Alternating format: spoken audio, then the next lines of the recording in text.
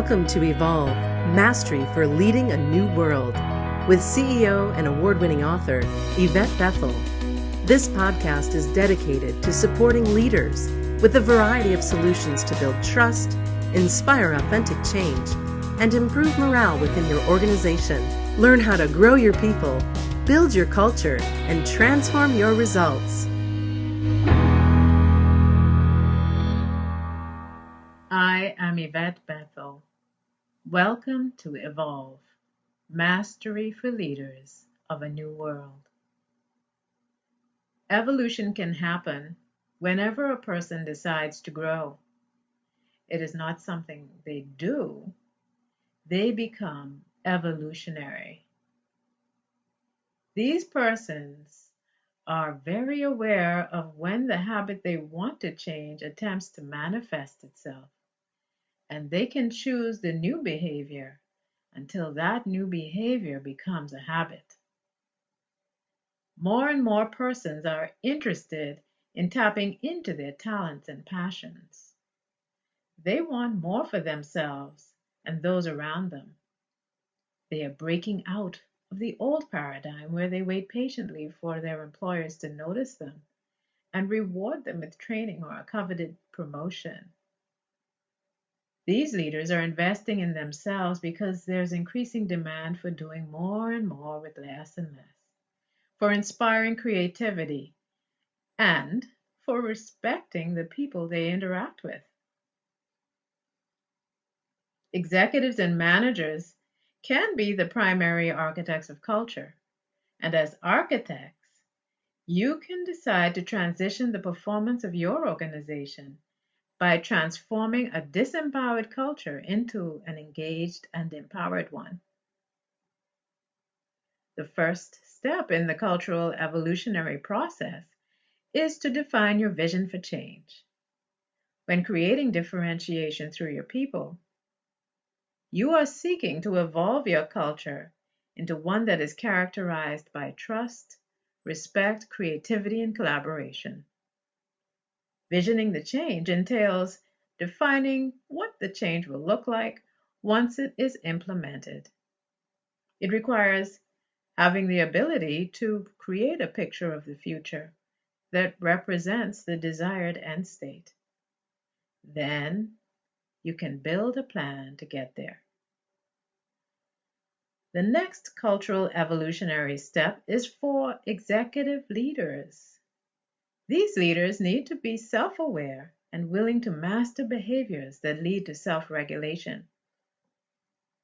Self-awareness is the first step toward mastery because identifying your reactions and what triggers your behaviors provides information you need so you can start the self-transformation process. Developing competencies that specifically enhance your self-awareness means you can become aware of behaviors you exhibit that erode trust. These actions are oftentimes blind spots because they've become habitualized. But with awareness, skill upgrades, and determination, they can be modified. Cultural evolution is not possible if leaders at the top of the organization are self-unaware or unwilling to do the hard work required for building an empowered culture. Highly controlled cultures are typical when there is a hierarchical organizational structure. The bureaucracy caused by an over-reliance on leading by policy and procedures leads to office politics because policies are so granular that they don't allow flexibility. The policies have the potential to become unfair because few policies can capture every single eventuality, especially as the world and how we interact continues to progress.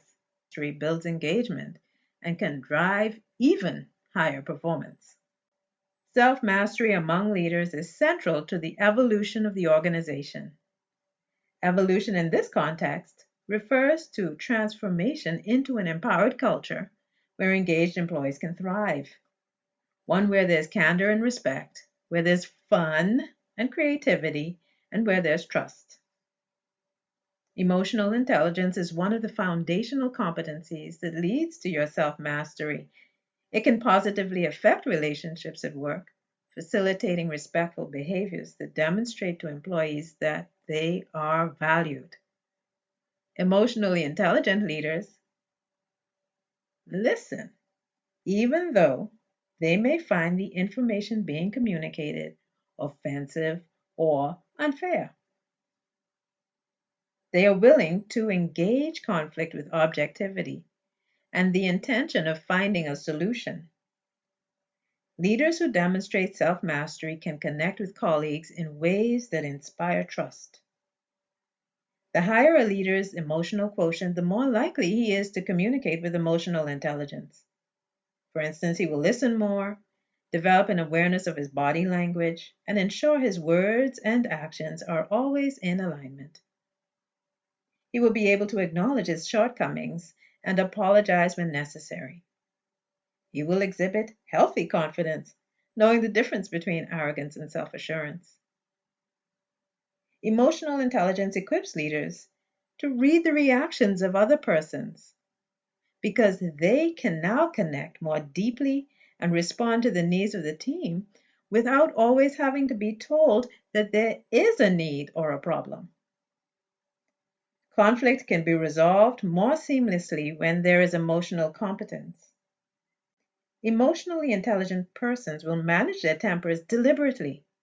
They are capable of objectivity, even though the circumstances may lead to heightened emotion. And they understand the consequences of their actions, so they think before they take action or speak.